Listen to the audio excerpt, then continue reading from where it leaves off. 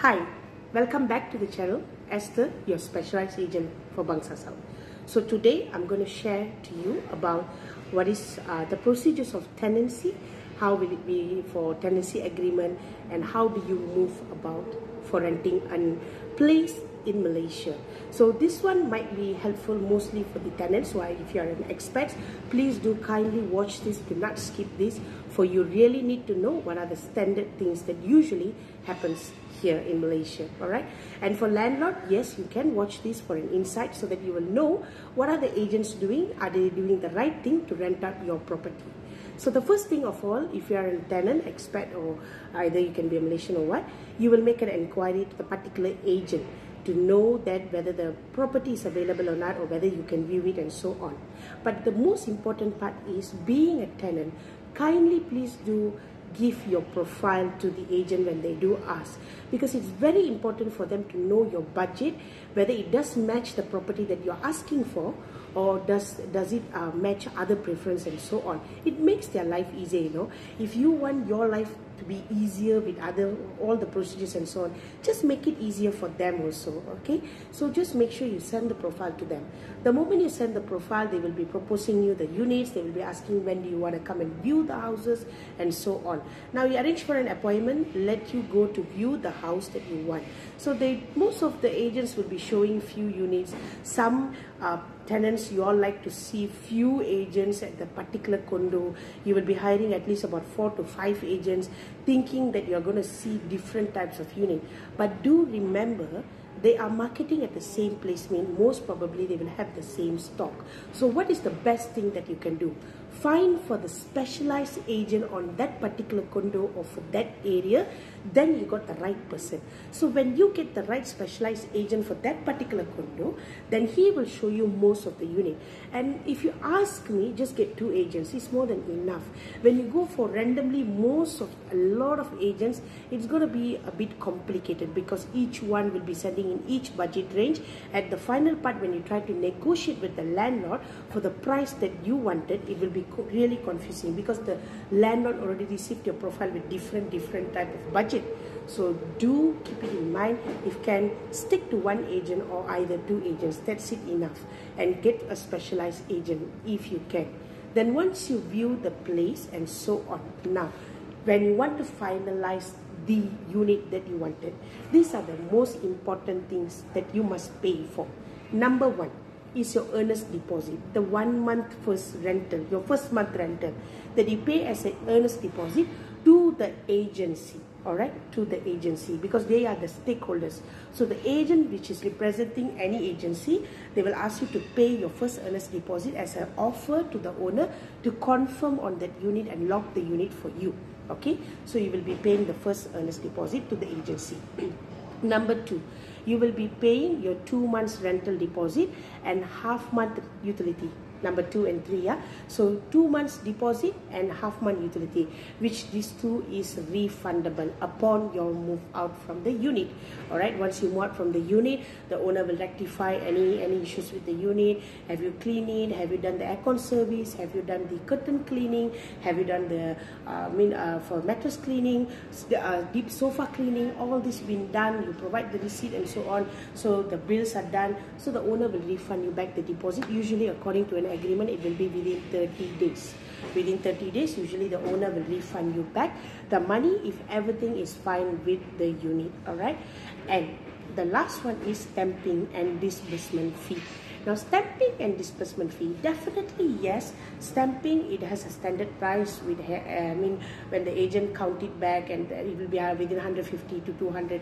It depends on the tenure years that you are taking. But do remember that the agent will be doing your paperwork. The right agent means they will do the AMLA paperwork. That is the most important one. So AMLA paperwork is a must, and then they will do your tenancy agreement, how your tenancy agreement should be. Now here where many of my clients always get into this problem and ended up coming consulting with me. Now, a good tenancy agreement, this also will be helpful. If you are an agent who's watching this, then please do keep this in your mind. If you want to work as a professional, then do keep this way. How do I work with my tenancy agreements? You will do a stamping and you will have a tenancy agreement. There will be a schedule page and signing page, and that's it. Most of them will put an inventory list with inventory pictures. That's it. But what do I go beyond that? After the maintenance main schedule page, signing page, inventory list, inventory pictures, I do have a page called maintenance checklist. This to avoid owner and the tenant, the landlord and the tenant, to have dispute among themselves. Dispute on who want to repair this, who want to repair that, whether the aircon is spoiled or the light is spoiled, who will be doing this plumbing work, and so on. So I will put it down clearly as a maintenance checklist. What are the landlord's job to be done? What are the tenants' wear tear damage to be done? So that it avoids dispute in future. Now, apart from maintenance checklist, I do have another part which is called defect list. Okay, where defect list I will have, okay, when we move in, when the tenant move in, there was stain on this wall, the table was chipped in, and then the light was spoiled, or whatever that you can see was defected upon the moving of the tenant. You state it down with pictures and a list. Why?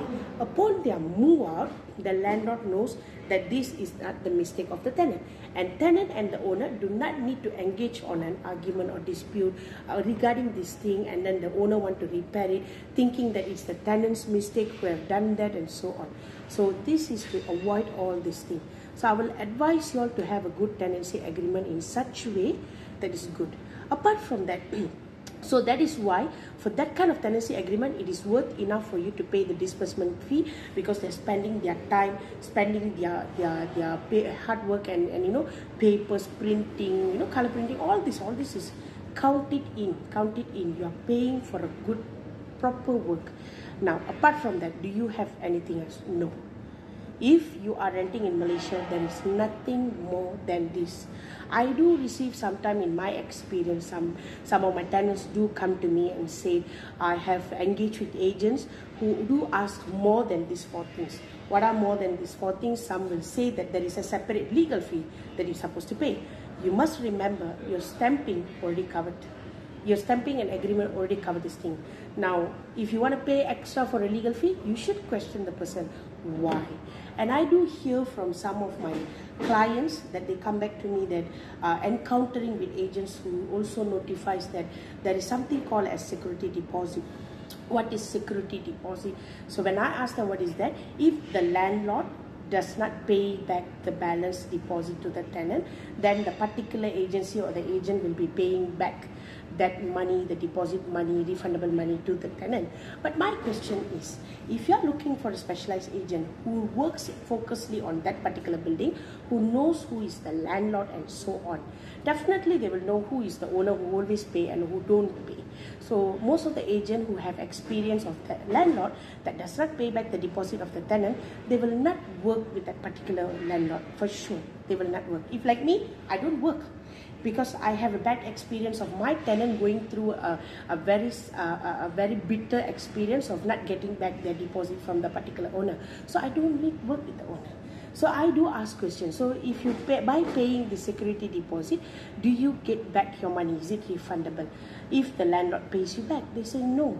So all these things does happen, guys. So watch out. When you are in Malaysia, if you are an expert, you do not know the standard tenancy, then please pin down my video and remember this. You only need to pay for 4 things. One is your earnest deposit.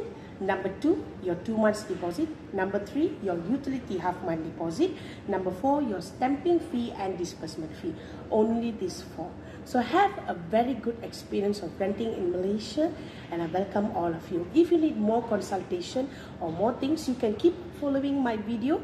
If you have some experience to share with, or you need some advice and guidance and consultation, feel free to drop by and message me. Bye!